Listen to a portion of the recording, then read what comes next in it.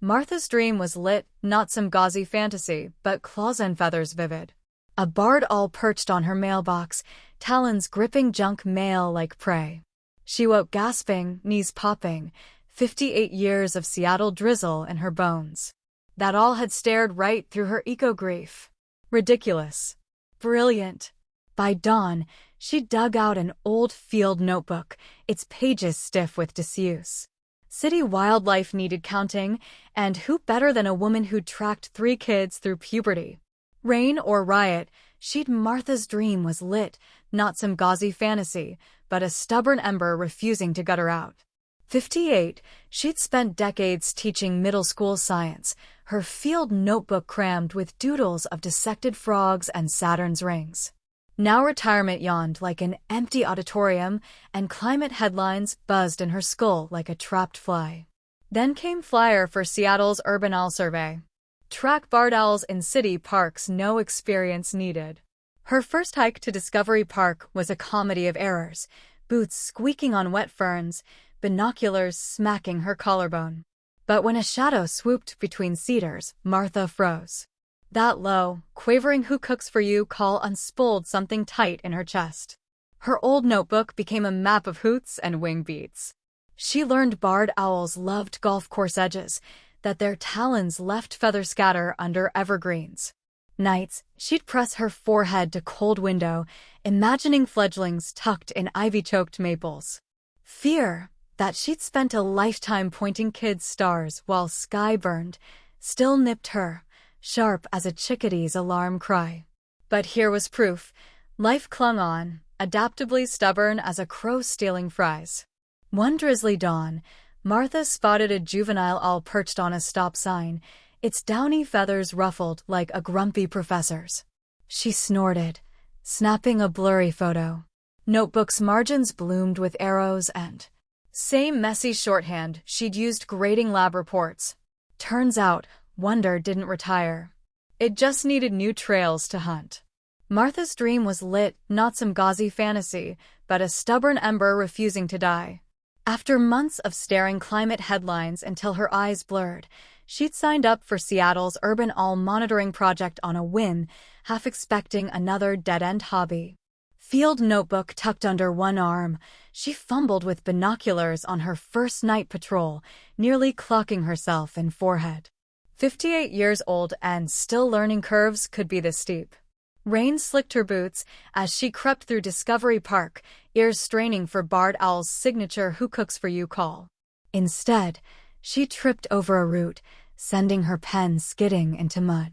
A chuckle cut through dark, not an owl, but a woman in a fleece vest, crouched by a tripod. "Lost your weapon?" stranger asked, handing back pen. Turned out she was Jackie, a retired biology teacher leading project. No patience for helplessness, just a brisk "follow me" before vanishing into shadow. Martha did. Weeks blurred into pre-dawn hikes, Jackie drilling her on tail feather patterns while espresso steamed between them. Notebook pages fattened with scribbles.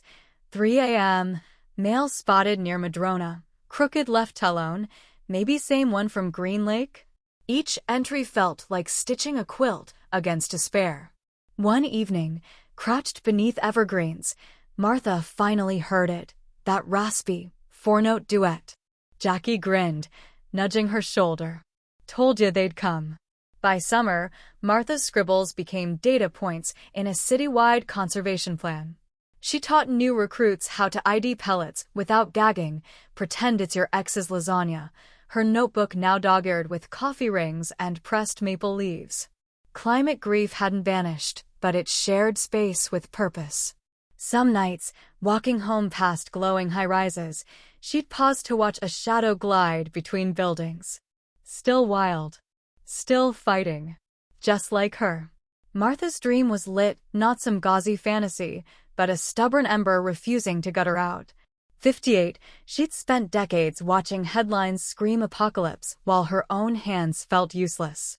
Then came flyer for Seattle's Urban Owl Monitoring Project, taped to a rain-slicked bus stop. Track barred owls. No experience needed. She signed up, bought a field notebook with a cardinal on cover, a splash of red against all that evergreen gloom, and promptly got lost in Discovery Park on her first solo hike.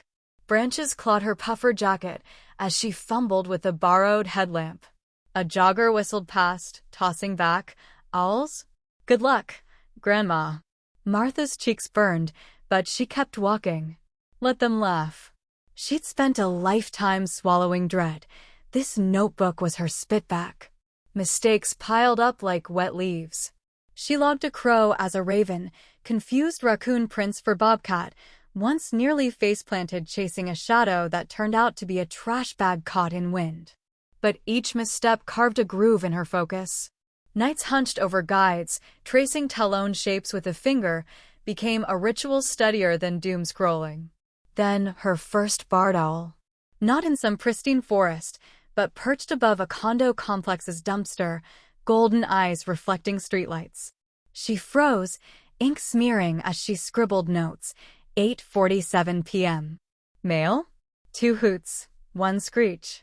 Left Talon gripping a rat. Her pulse thrummed louder than freeway noise. Here was proof. Life, stubborn and shrieking, right between a Starbucks and a parking garage. Back home, she cross-referenced her findings with Project's online portal.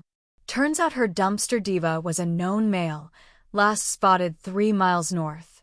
A thread in city's wild tapestry. That notebook, once blank, now bristled with times, coordinates, weather quirks, each entry a tiny fist against void. Winter deepened. Martha's knees creaked, but she trudged on, armed with hand warmers and a pensioner's discount binoculars. One icy dusk, she spotted Flag Glow's 2 juveniles practicing swoops between maples. Their awkward crashes into branches should have been tragic, but creators snorted. Same, kids. She logged it all, her handwriting steadier now. Climate grief hadn't vanished. Some mornings, it still wrapped around her ribs like fog. But notebook anchored her. Every all mapped was a middle finger to despair, proof that paying attention mattered. Martha wasn't saving planet. She was bearing witness, one scrappy page at a time. Martha's dream was lit, not some gauzy fantasy, but ink-stained reality pressed between pages of her battered field notebook. Seattle's drizzle couldn't dampen her focus as she crouched beneath a Douglas fir, binoculars steady. 6 months ago, eco-grief had pinned her to couch, CNN murmuring doom. Now, she was stalking barred owls like a ninja in sensible shoes. Her breakthrough came with patience and a pocket guide to bird calls.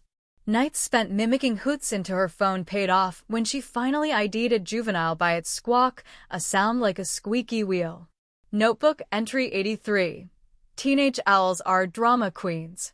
She snorted, erasing decades of corporate stiffness with one goofy observation. Then came twist. A blur of wings, a flash of barred feathers. Martha fumbled her phone, snapping a shot mid-flail. Photo was accidental gold, and all mid-swoop, moonlit, with her hiking boots neon laces just visible in corner. She posted it to Urban All Watch forum with a shrug. By dawn, ecologists were losing their minds.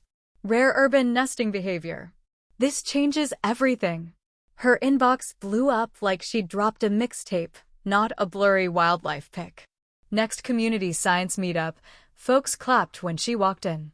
Even Jim, retired engineer who'd once called her logs glorified grocery lists, gaped her notebook's meticulous maps. You found their roost? He muttered, flipping pages like they held state secrets. Martha grinned. Let him eat crow. Lying in bed that night, she traced notebook's creased spine. No longer just a widow, a former accountant, or someone's nice neighbor. She was L Lady. Thought hit like sunrise over Olympics. I finally belong here. Turns out, saving world started with paying attention. One hoot, one hiccup, one gutsy leap into unknown a time. Even if your knees crackled on landing. Martha's dream was lit, not some gauzy fantasy, but ink-stained reality, scribbled in her battered field notebook. 58. She'd traded sleepless nights fretting over melting glaciers for prowling Seattle's alleys, tracking barred owls with focus of a detective on a caffeine bender. Turns out, eco-grief couldn't outrun thrill of spotting talon marks on a Douglas fir or decoding owl pellets like some feathery CSI episode. Her urban owl project started as a solo mission, but soon neighbors leaned in, college kids with DSLRs, retired teachers wielding binoculars like pros, even a barista who swore a great horned owl nested behind her espresso machine. Martha's notebook became a mosaic of their finds: nest coordinates, moonlit hoots, one dramatic sketch of an owl mid-sneeze, her doing, after too much peppermint tea. Evergreen hikes doubled as data-gathering expeditions, muddy boots, and laughter cutting through Seattle's drizzle. Then came Twist, her ragtag crew's findings landed in a city-wide conservation plan. Politicians quoted their stats, schools begged for owl workshops. Martha, once paralyzed by headlines, now guided wide-eyed kids through paw print identification, her age worn not as limitation, but badge of grit. That notebook? Now dog-eared, coffee-ringed, its margins crammed with names of folks who'd rediscovered purpose in a bird's sideways glare. So here's move. Lace up those boots, crack open a fresh page. Your city's wilder than you think. Go count its heartbeat.